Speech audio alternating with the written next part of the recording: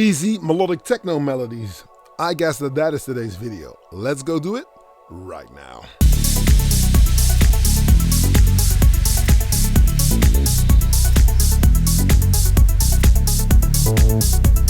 Hey, I'm on a location and thank you for checking out yet another video. If this is your first time here, don't hesitate to click subscribe, hit that notification bell whenever I upload a new video.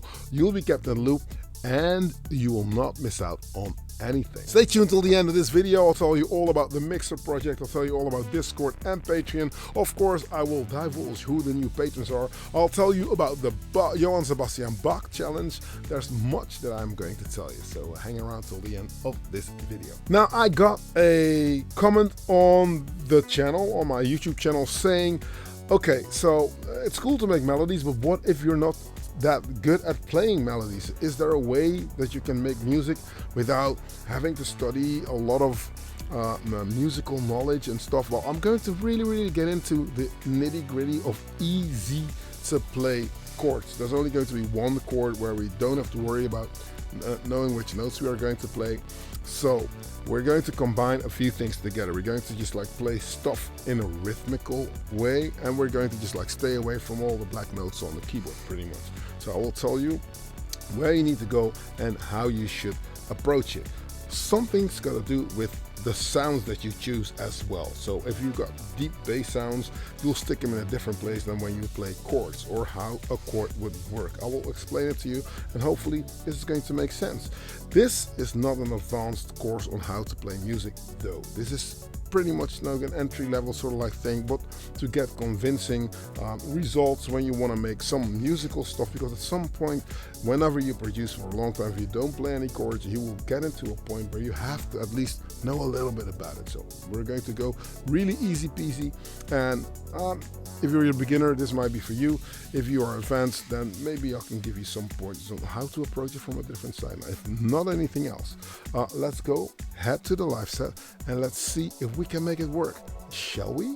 Now, to start this off nice and basic, let's go over where you can actually be on the chord scale without having to resort to difficult stuff. So this,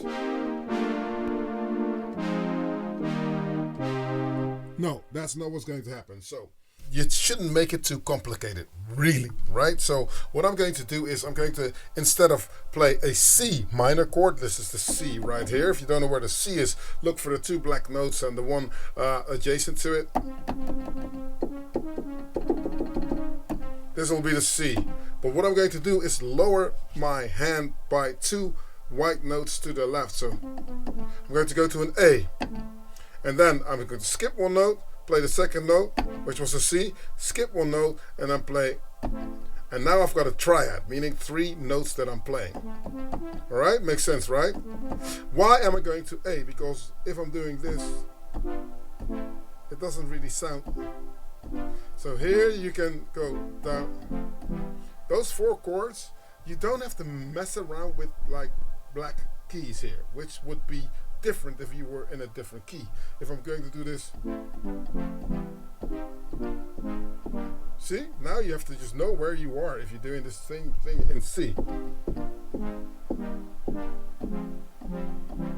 So we're going to stay on.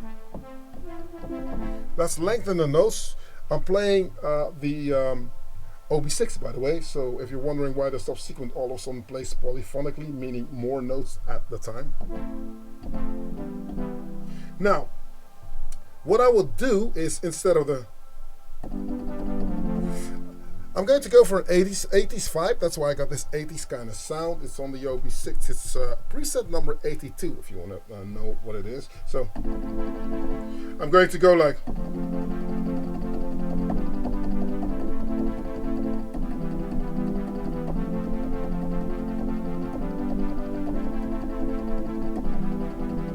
right? So simple. You can just place whatever note or whatever sound you would want in that, it'll work. But now when you want to play a bass line, just the lowest note on your triad chord, so which is like starting on the F right here. This is A, is F. It means that if I'm just gonna cut off those two fingers, yeah, my finger, my middle finger and my index finger, I will be left with a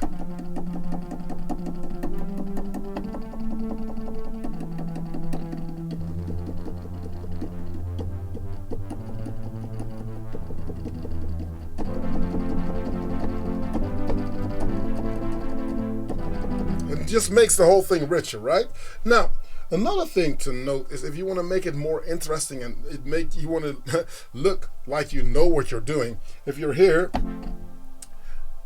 your thumb and your index finger, if you move them over one notes to the left, now you get this note and then this note and then this note. And wow, this doesn't sound like it works. You'll see that if you'll play the root note here, the bass note, and if you'll do that same trick with your hand, now all of a sudden it doesn't sound out of tune.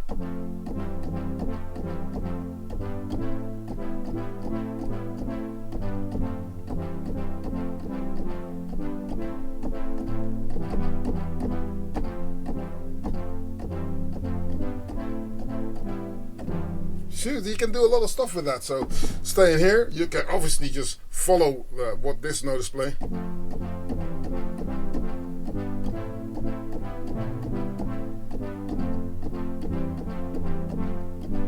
But if you want to make it a little bit richer, you can go like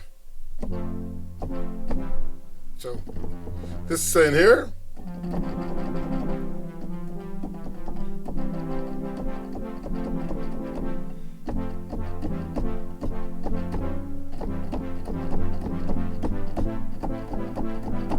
Like that.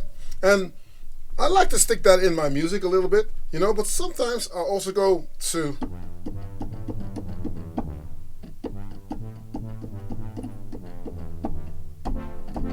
so instead of, let's lengthen the notes a little bit.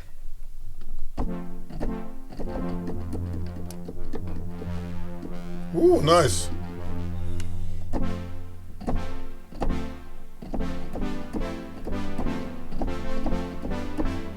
So instead of, I keep hitting the wrong notes. All right, but just for sake of example, I can go down even 3 notes again, where I was here, and play.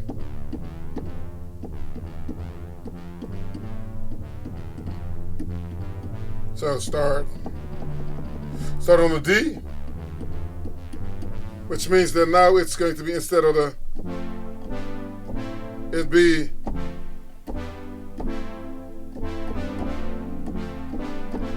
which would be a little bit more of a jazzy chord, but it will change where it is. So you play.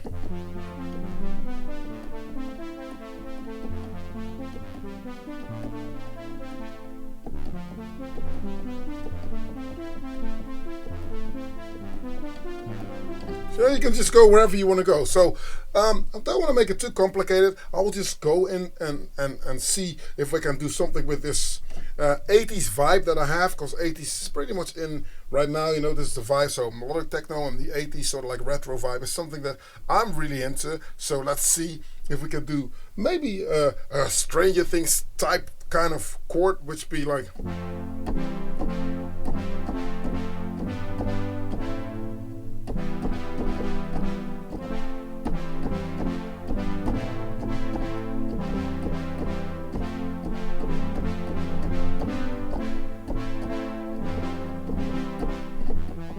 Ah, nice.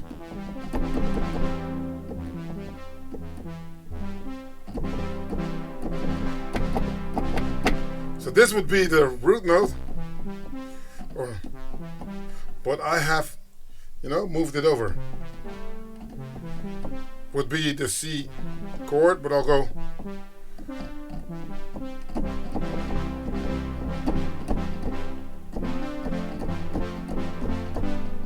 Okay, enough with the music theory. Let's head over to the set and let's see if we can just make this into a tune a little bit. Shall we now? Right? Okay, let's briefly go over what I have right here, because today's setup is pretty interesting, I should say. Okay, we're going from left to right. There's a subsequent 37, right? I've got that wired up to the MPC-1, as is the OB6 over here, as is the Minitar. Now, those are my sound sources. The MPC is taking care of MIDI, the octave track is taking care of drums. I've got 4 tracks dedicated to play drums. Everything is wired up to the multi-clock, which means, well, not everything. Well, multi-clock is feeding the octave track on channel 1 and is feeding the OB6 and everything else on.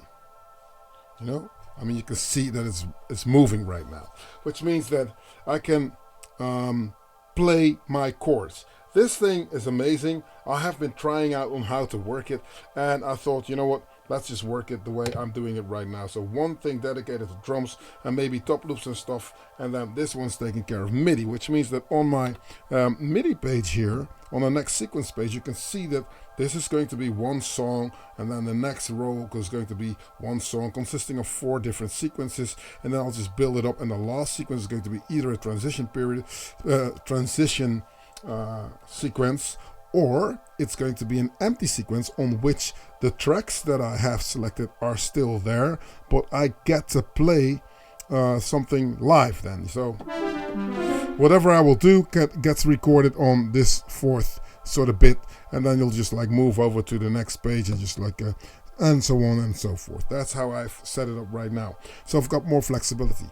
Then there is this Midas DM12 mixer, which is okay. But the interesting part is what you can't see. I'll just stick it on the camera. I have actually, so I'm a sound nerd, the worst of them. So what I have is my own built Neve 1073 preamplifier, which obviously you can use to amplify anything that needs amplification, like guitars or microphones.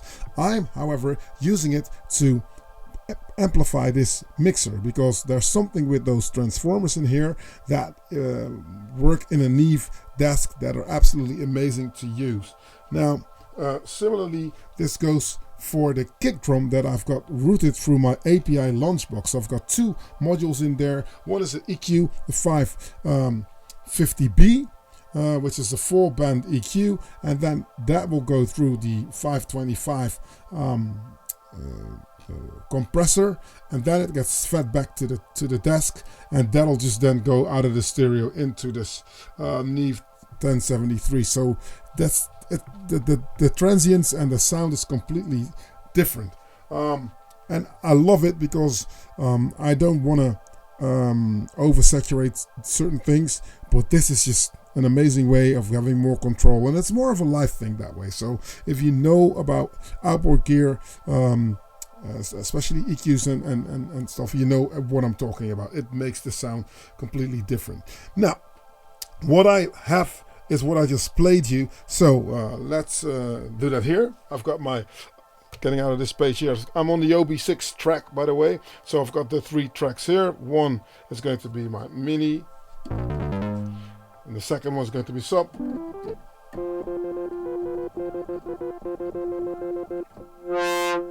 And then obviously track 3 is going to be the lower it.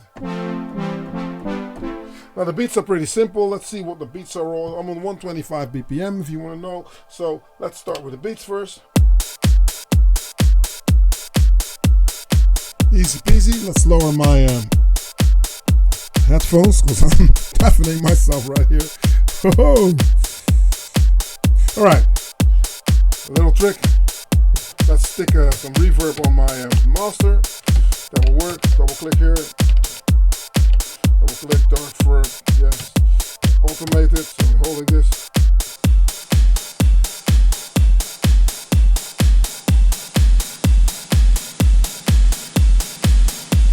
Go to the kick. Take the kick filter. I'm taking out the kick. Now this is running as well. Turn it on. What I'm going to do now is see where my line is. I'll put it in record already. And we're now going to play that OB6 line I had.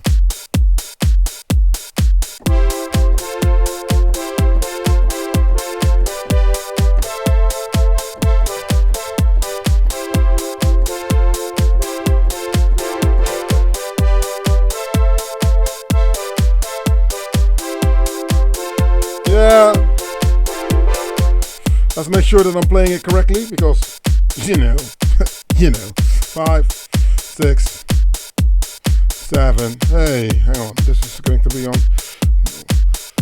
Let's get this on. Hang on.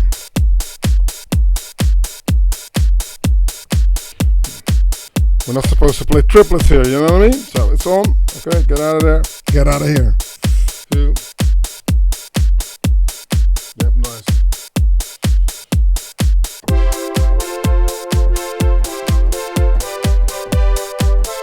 Okay, without the double notes.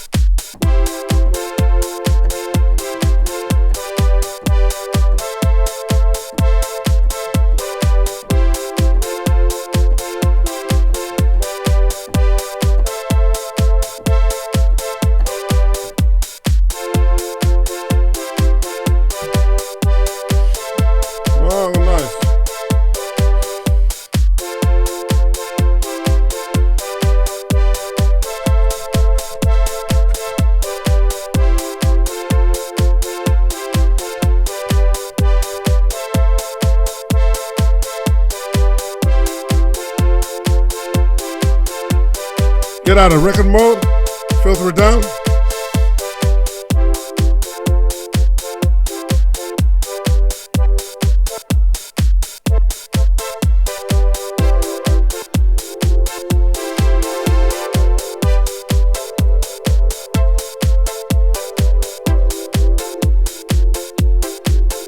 Oh, nice. Okay, now we got that 80s vibe going, right? Dramatic break. Get out of there. Goes my bass line.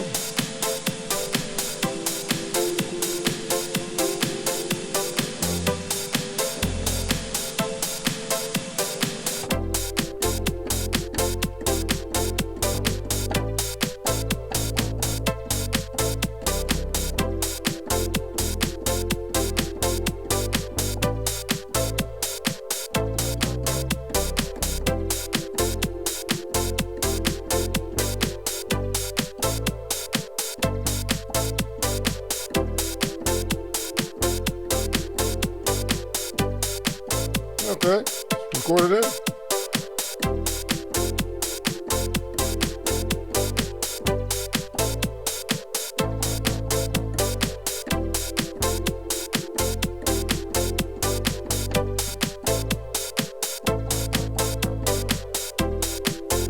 Oh man. Get out of there. Play around with the bass sound.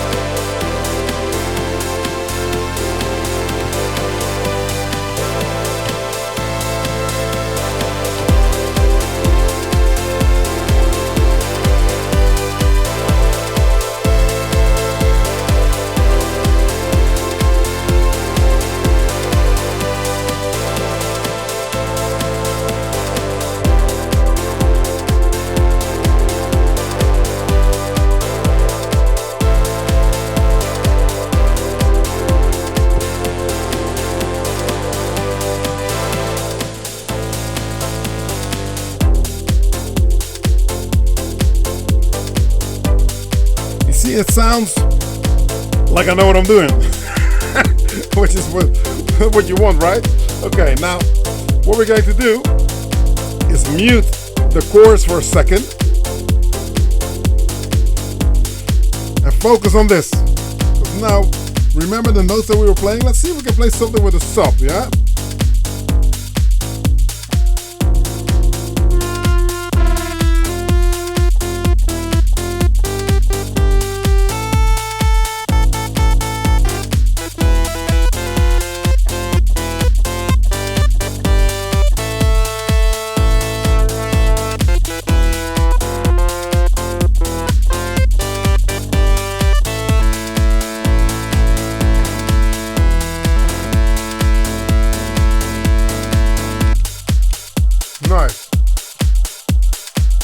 Okay, this happens sometimes, so my sub will hang.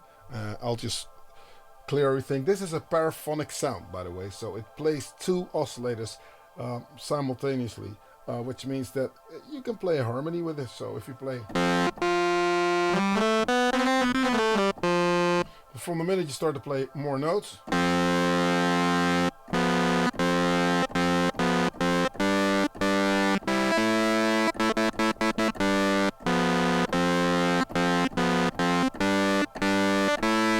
so you can play the same thing, but then play it as a lead. Maybe it works. Let's see if we can get it to work.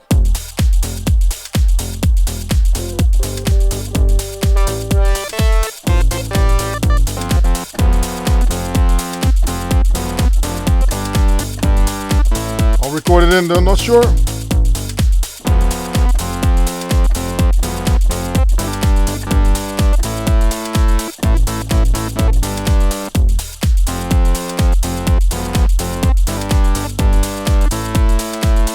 Let's see if I didn't massacre it. Okay, so this is like a midlife crisis zoomed out mode.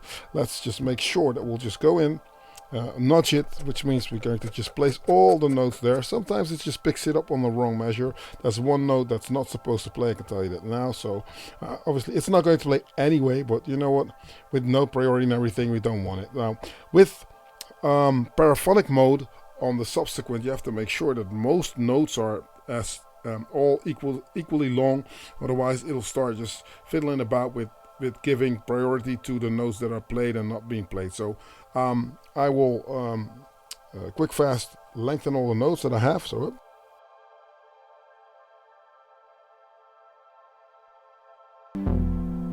as you can hear, there's reverb on the sound because I've got the Blue Sky Strymon, which is just off frame. Let's get it in the frame, sitting on top of my API lunchbox here.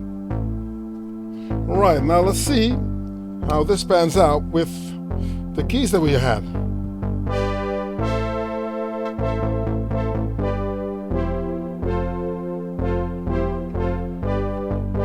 Nice.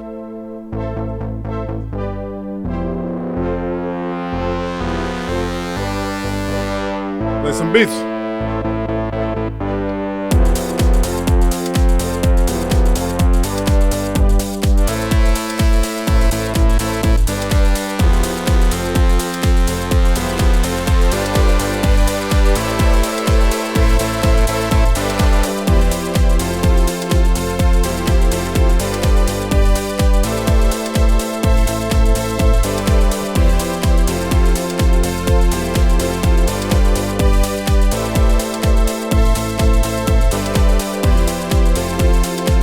Going to transpose the notes 12.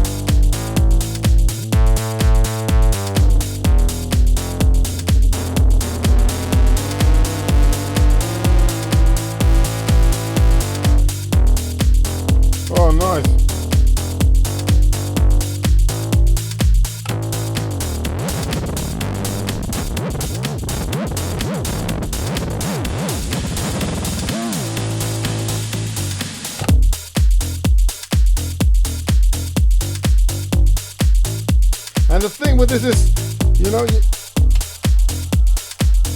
what I like about this whole approach is that I'm trying to keep it simple. I mean,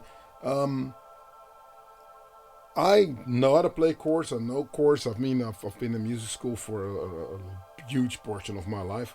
I've studied it, but then the simplicity sometimes is what gets a rudimentary communication with the crowd, which works a little bit more like hypnotism. People will get into the vibe if it's not too complicated. It's cool to play a lot of like notes if you can, if you studied it, and it's all cool. But at the same time, in the end of the day, people are just out there to have fun on the dance floor. So do you need to be like this musical scholar doing Johann Sebastian Bach? Hey, there's a challenge coming up on that one. Anyway, I'll tell you that in a second. But yeah, there's obviously certain things that can work, but I sometimes try to keep it simple. Now this obviously it was like the simplest example ever, but you just try it out. You know, you go to that if you want to play something and you want to play chord wise, start with that because you can work it.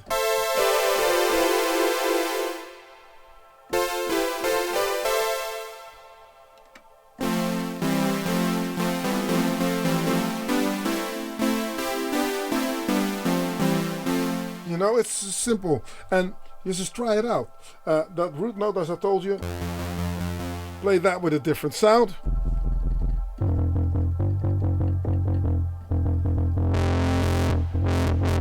And mind you though, sometimes, I mean, it takes your ears to get used to that, but if you know a little bit about melodies, if your filter is down, the lowest note sometimes doesn't sound like it's on the spot. It sounds lower.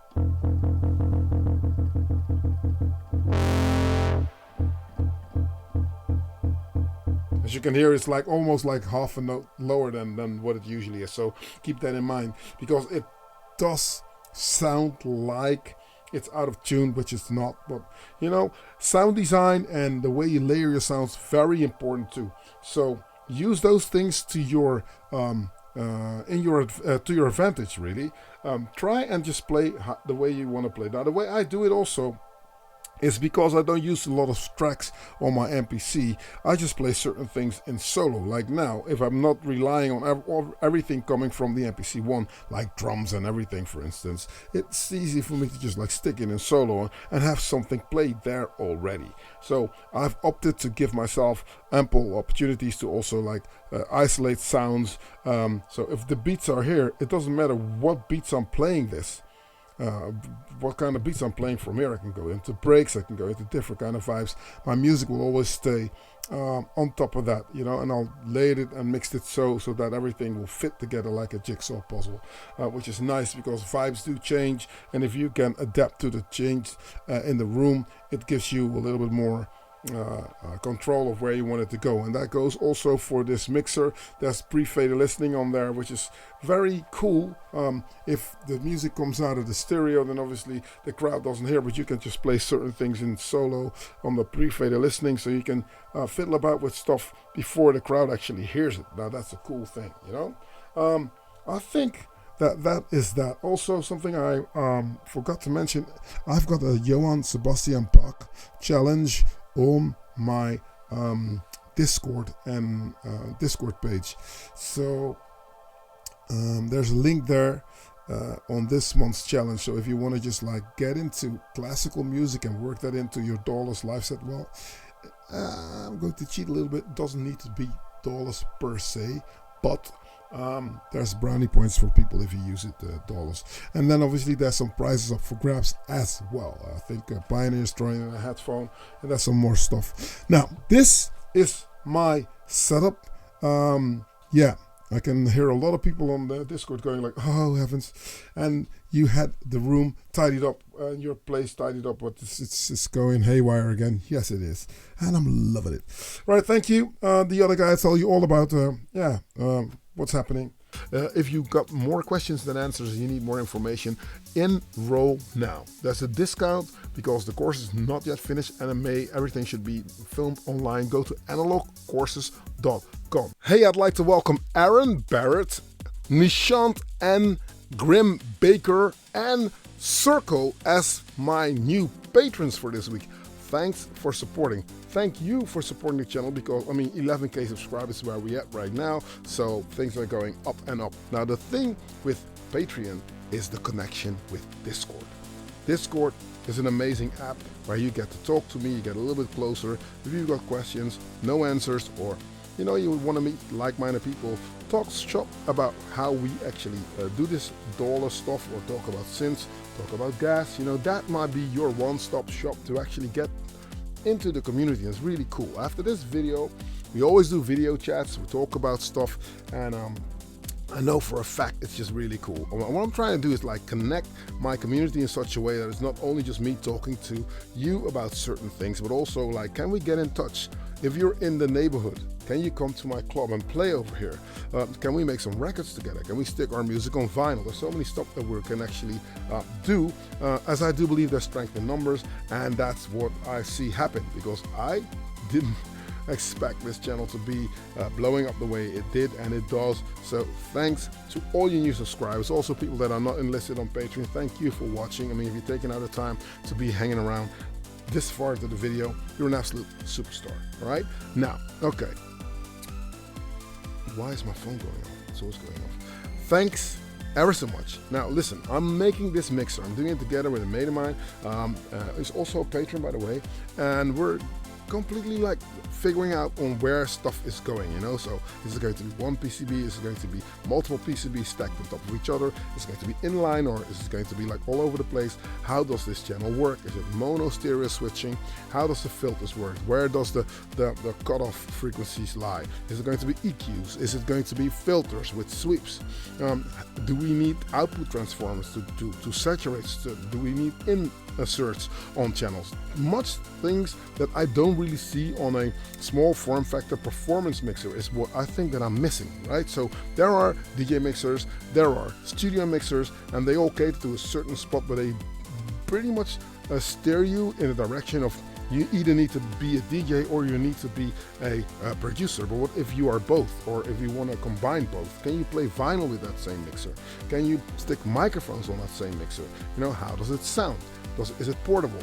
I was thinking like, well, you know, I just end up bringing a lot of stuff to the stage, as you can see on my video today. I mean, this is going overboard, obviously, but that's a lot of stuff that I'm actually doing, because I want the sound to be the best sound that there is. But if I can embed most of that stuff on a mixer, hey, what to think about a multi-clock embedded on each channel? Come on, how cool is that? So we're actually toying with that idea. COVID's lifted, so there's still a shortage when it comes to components, but we're getting there. So obviously, and also on Patreon and Discord, the suggestions that you guys have. If you also think like, yeah, we're missing a mixer, that kind of form factor, you know, suggestions are always welcome, and that's cool. As I said, a strength in numbers. Now, the music you'll find on Bandcamp, obviously. Let me know on how your setup is. Let me know if there's anything you would like let me know if there's anything you would like me to do a video on. And if not anything else, thank you for watching. I'm Melodic Kitchen, and I will catch you next week on another video. Melodic Kitchen out.